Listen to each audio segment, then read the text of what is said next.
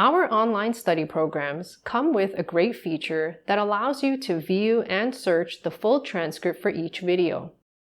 If you simply want to turn on captions, click on the CC icon near the bottom right-hand corner of the video player and select English.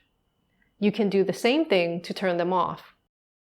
To view and search the video's transcript, click on that same icon and choose the Search Video option. The full transcript will appear in the middle of the screen. If you want to search for a specific term or phrase, click in the search bar at the top of the screen and type in what you are looking for. It does not matter if you type in lowercase or uppercase. The video player will search for that text and jump to the next instance in the video where it appears.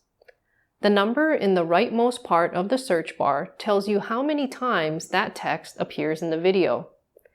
While your cursor is in the search bar, you can keep pressing the Enter key on your keyboard to continue jumping to each subsequent spot where that same text appears.